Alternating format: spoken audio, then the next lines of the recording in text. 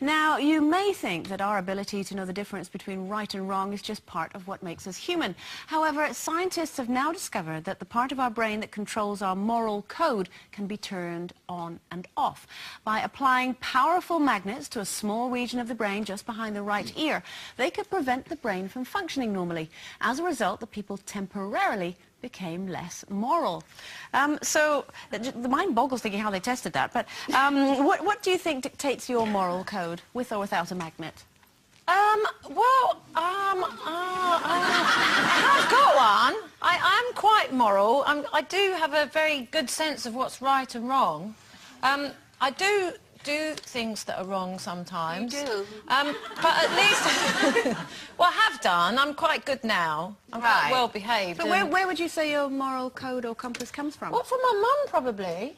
You know, because when we were little, you did have a sense of what was right and wrong, and if you did something wrong and you were punished, you learnt from it. You know, because you knew it was wrong, and you were told it was wrong, and you didn't do it again.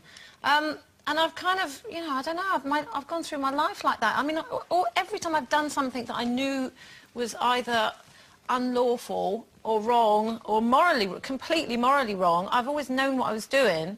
But I've always thought, you know, I've always thought it through and think, how could I square this if I got found out? Do you know what I mean? But I don't do it now, and I'm very, very law-abiding. And, you know, I might be with someone who, you know, if someone drops litter, I get very, very cross. If, you know, and if someone says, oh, just put your foot down and break the speed limit, I won't do it. I won't do anything. You are a good girl, aren't you? You surprise me, yeah. I am. I'm quite good. I'm scared. My moral compass is dictated by how many Jack Daniels I've had. No, I've got to tell you a story. I was brought up a Catholic, went to a Catholic school. I mean, when I was a kid, my mum was at work and it was a really hot day and I went down the quick save. And I remember there was a blue ribboned packet open on the shelf, and my mate dared me to rob a chocolate bar, rob one of the blue ribbons. So. And how old were you then? I was about 10 at the time. So I get this chocolate bar and I'm running home and I can feel it all melting in my hands, you know. Key through the door. I thought, I'll eat it in my bedroom, so, you know, no one wouldn't get caught. Go up to my bedroom, start to eat it, and there's a pair of feet under the bed. A burglar.